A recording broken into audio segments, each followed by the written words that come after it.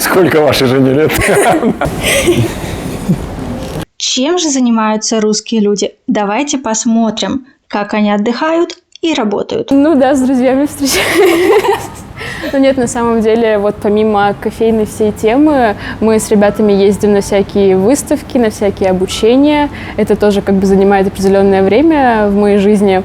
Но плюс к этому, естественно, вижусь со своими друзьями. Ну, ходим там в бары, во всякие антикафе, играем на столочке. Плюс ко всему у меня есть, ну, не то чтобы занятие прям такое определенное, но иногда хожу на всякие диджейские тусовки и играю там всякие сетики техно и т.д. и т.п. Музыка, в принципе, для меня это очень важно, и я многое в это вкладываю, а техно мне тоже нравится. Как бы у меня, да, был такой период, но очень давно, когда я занималась спортом, ходила на легкую атлетику. Сейчас я просто не вижу для себя смысла особого, потому что меня все устраивает в себе, и не пытаюсь себе как-то отказывать в чем-то, съесть что-нибудь такое запрещенное. Учусь на юриста на 4 курсе. Вот сейчас скоро будут ГОСы, дипломы, вся эта штучка. Поэтому, да, учусь. На самом деле много чем. Смотрю сериалы, тренируюсь сам, просто сплю, гуляю с собакой, провожу с собакой время. С женой провожу время, в кино ходим, в гости, с друзьями встречаемся. Все на самом деле банально абсолютно. Я много лет занималась танцами, и после того, как у меня появилась дочка, долго стоял вопрос, продолжать ли мне мою основную карьеру по образованию, по специальности я являюсь юристом, или продолжить какую-то более активную, наверное, такую деятельность. И с переездом в Москву я решила, что, наверное, вернуться к своей основной профессии мне не очень хочется. Мне хочется продолжать активно как-то двигаться и самой заниматься. И я очень люблю коммуницировать с людьми. И мое танцевальное прошлое, наверное, не давало мне покоя.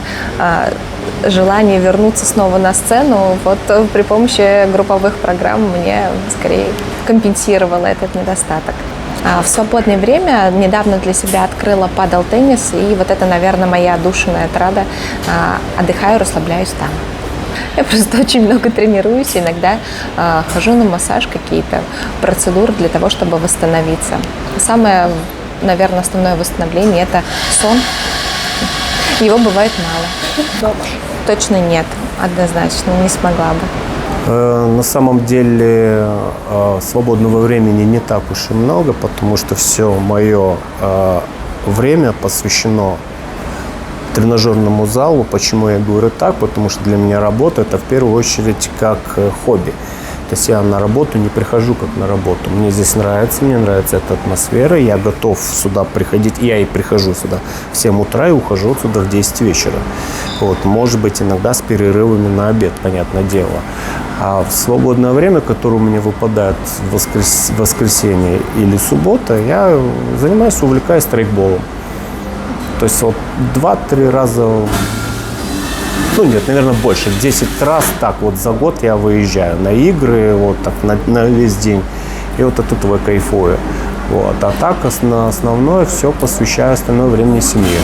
Также спорт, также зал, плюс бокс.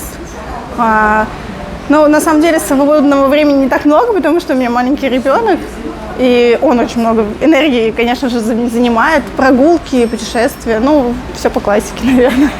Но мне кажется, нет, тогда бы я ничего не смогла дать ребенку, потому что даст мать, которая сама не развивается никак, чему она может научить и так далее, какой пример может подать.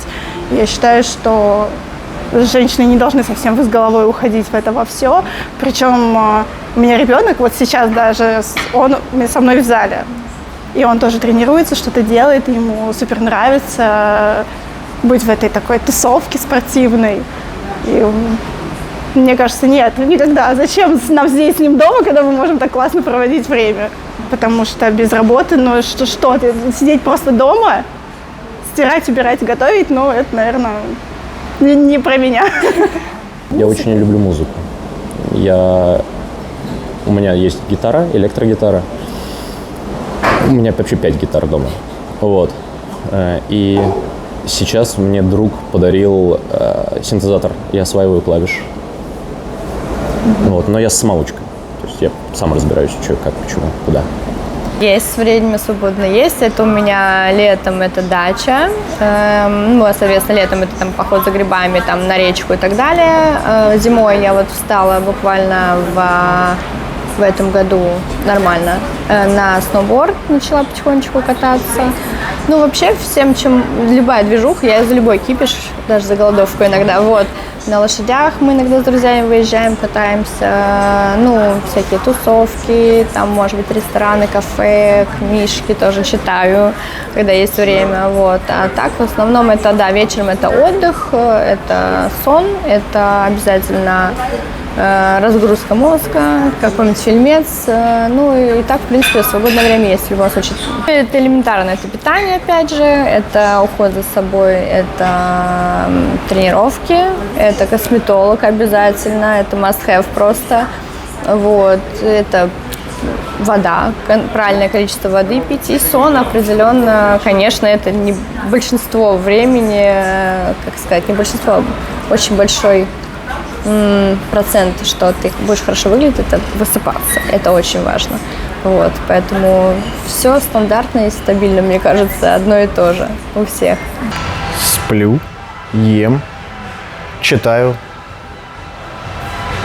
играю, может быть. Все.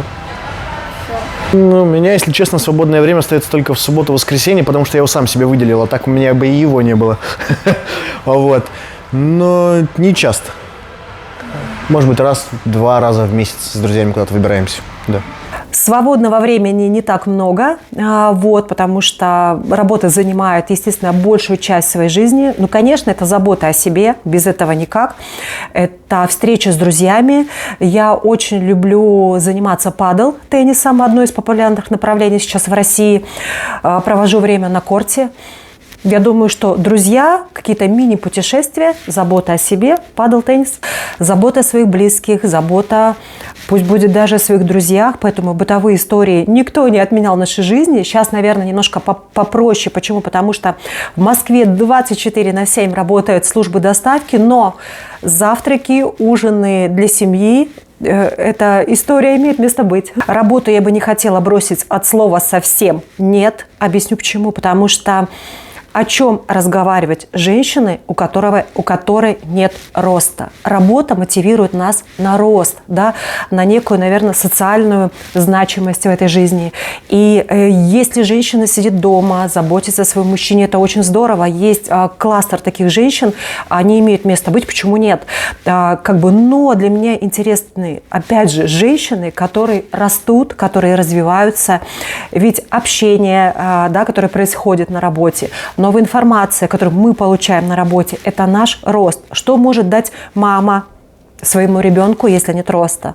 Что может дать жена своему мужчине, если у нее нет роста? Элементарно в общении даже с клиентами ты растешь, ты подчеркиваешь для себя что-то новое, уникальное, что-то интересное, ты открываешь для себя какие-то горизонты. Тот же там падл-теннис я узнала от своих друзей. Да? Я понимаю, что, возможно, кто-то скажет, это спорт, это не рост. То комьюнити, которое есть в фитнесе, то, которое есть в падл, то, которое есть даже у девочек, которые готовят дома, да, это рост, потому что они учатся друг другу, у друг друга и учат друг друга чему-то. Это здорово очень.